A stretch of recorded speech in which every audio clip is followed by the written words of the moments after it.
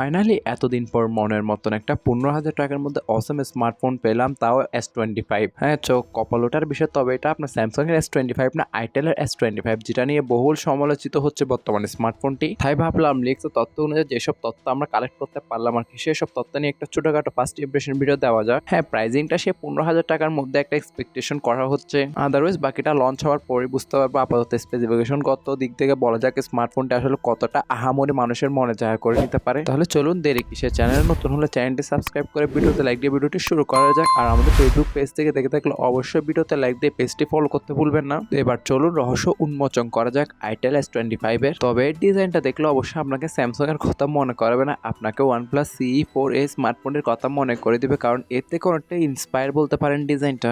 আর budget series হওয়ায় বিল কোয়ালিটিতে সম্পূর্ণ প্লাস্টিক ইউজ করেছে, যেটা থিকনেস করা হয়েছে কিন্তু আপনার 7.3 মিলিমিটার এবং ওজন করা হয়েছে 185 গ্রাম। তবে স্মার্টফোনটির ব্ল্যাক কালার ব্যতীত আপনার যে মেইন বা গ্লেম কালারটা রয়েছে আর কি, সেক্ষেত্রে এক প্রকার ব্যাগে কিন্তু মার্বেল টাইপের টেক্সচার দেখতে পারবেন। তবে ব্ল্যাক কালার সেটার থেকে একটু ডিফারেন্ট। হালকা পানির ছিঁড়া পোটা এবং ধুলাবালি থেকে রক্ষা করার জন্য এতে দেওয়া হয়েছে IP54 এর মতো সার্টিফিকেশন। স্মার্টফোনটি ব্যাকে দেখতে পারবো এর ভার্টিক্যাল টাইপের ক্যামেরা শেপগুলো, যেখানে আমরা ডিউল ক্যামেরা সেটা প্লেসমেন্ট করেছে, যার প্রাইমারিতে কিন্তু দেওয়া হয়েছে 50 মেগাপিক্সেলের মেইন ওয়াইড যুক্ত সেন্সর। দেন সেকেন্ডারিতে রয়েছে 2 মেগাপিক্সেলের একটি ম্যাক্রো বা বুকে সেন্সরও ধরতে পারে। তবে এই বাজেটে যারা সেলফি সেন্ট্রিক স্মার্টফোন খুঁজছেন তাদেরকে অবশ্যই এটা নিরাশ করবে না, কারণ ফ্রন্টে দেওয়া হয়েছে 32 মেগাপিক্সেল একটি সেন্ট্রাল পাঞ্চল সেলফি ক্যামেরা। আর ভালো ব্যাপার এই যে আপনি স্মার্টফোনটির উভয় ক্যামেরা দ্বারা সর্বোচ্চ 2K তে 30 FPS এর ভিডিওগুলো ইজিলি শুট করতে পারবেন। তবে OIS না থাকার কারণে ভিডিওগ্রাফিতে কিছুটা শেকে ইফেক্ট দিবে। আর কিছু ক্যামেরা এক্সাম্পল অবশ্যই স্ক্রিনেও দেখতে পাচ্ছেন আপনারা। ডিসপ্লের প্রসঙ্গে বললে স্মার্টফোনটি অফলাইন মার্কেটে একটু সেল হওয়ার পসিবিলিটিস থাকবে, কারণ এর 6.78 ইঞ্চি মাপের যে অ্যামোলেড ফুল এইচডি প্লাস ডিসপ্লেটি রয়েছে সেটা নজর কাটবে সবার, কারণ এখানে দেওয়া হয়েছে 120 হার্জ রিফ্রেশ রেটের মতন 1800 নিটসের পিক ব্রাইটনেস। পাশাপাশি আরও থাকছে 240 হার্জের মতন টাচ স্যাম্পলিং রেট, তার সাথে 100% DCI P3 হোয়াইট কালার গ্যামোটও কিন্তু দেওয়া হয়েছে এতে। তবে ডিসপ্লেটিকে প্রোটেকশন করার জন্য আসলে কি থাকছে সেটা এখনো অফিসিয়াল ভাবে কনফার্ম হয় না আমরা। তবে হ্যাঁ, ডিসপ্লেটা এই প্রাইস পয়েন্টের মধ্যে আপনাদেরকে নিরাশ করবে না সেটা বলা যায়। হ্যাঁ, যদি এত ভালো একটা ডিসপ্লে দিয়ে থাকে তাহলে অবশ্যই কোথাও না কোথাও কস্ট কাটিং করেছে, কারণ স্মার্টফোনটি রাইট হ্যান্ড সাইডে আমরা দেখতে পারলাম এর power off on button, then volume locker. এখানে অবশ্যই আন্ডার ডিসপ্লে ফিঙ্গারপ্রিন্টই দেওয়া হয়েছে,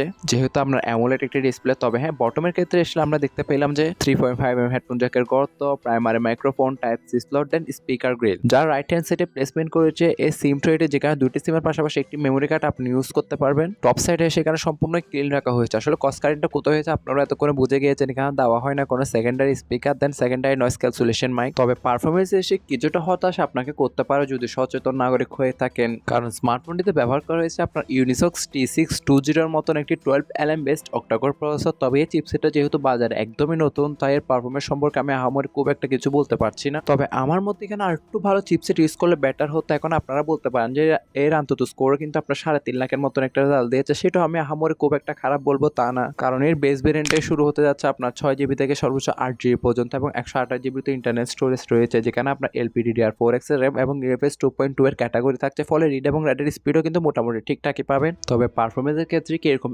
এক্স্যাক্টলি রেজাল্টটা পাবেন সেটা সম্পর্কে এখনো কিছু বলতে পারছি না, তার জন্য অবশ্যই আপনাকে ওয়েট করতে হবে। তবে একটা ব্যাপার বলতে ভুলে গেছি আমি, এখানে কিন্তু এর ক্যামেরাতে আপনি কিন্তু ডিউল টোন ফ্ল্যাশ লাইট পাবেন। স্মার্টফোনটি ব্যাক এন্ডে আপনার দেওয়া হয়েছে তাদের নিজস্ব মিনস আইটেল OS 14.5, যেটা আপনার out of the box Android 14 A run হবে। তবে আমার মতে এটা আমরা অ্যান্ড্রয়েড 15 এ দেওয়া উচিত ছিল আউট অফ দ্য বক্স, কারণ এটি তো আর স্যামসাং না আমরা 5-7 বছরের আপডেট দিয়ে থাকবে, কারণ জাস্ট 2 বছরের একটা মেজর আপডেট দেওয়া হয়েছে আপনার। তবে আমার পার্সোনাল মতামত এই যে আইটেলের যে OS-টা হচ্ছে সেটা কিন্তু আমার হালকা ল্যাগি লাগে। ব্যাটারি সেকশনে এসে সে 5000 mAh এর ব্যাটারি আর বক্সে কিন্তু প্রোভাইড করা হতে পারে 18 ওয়াটের একটি ফাস্ট চার্জার। তবে এই ছিল অল ওভার স্মার্টফোনটাকে নিয়ে ধারণা করা হচ্ছে এটা আর কিছুদিনের মধ্যে কিন্তু বাংলাদেশে লঞ্চ হয়ে যাবে। তবে আমার মতে এটার প্রাইস 15,000-এর মধ্যে লঞ্চ হলে কিন্তু খারাপ হবে না। 15,000 টাকার বেশি হয়ে গেলে আমি বলবো না যেটা ভ্যালু ফর মানি। তবে আপনারাও যেহেতু স্বাধীন দেশের স্বাধীন নাগরিক, তাই বাকিটা আপনাদের উপর।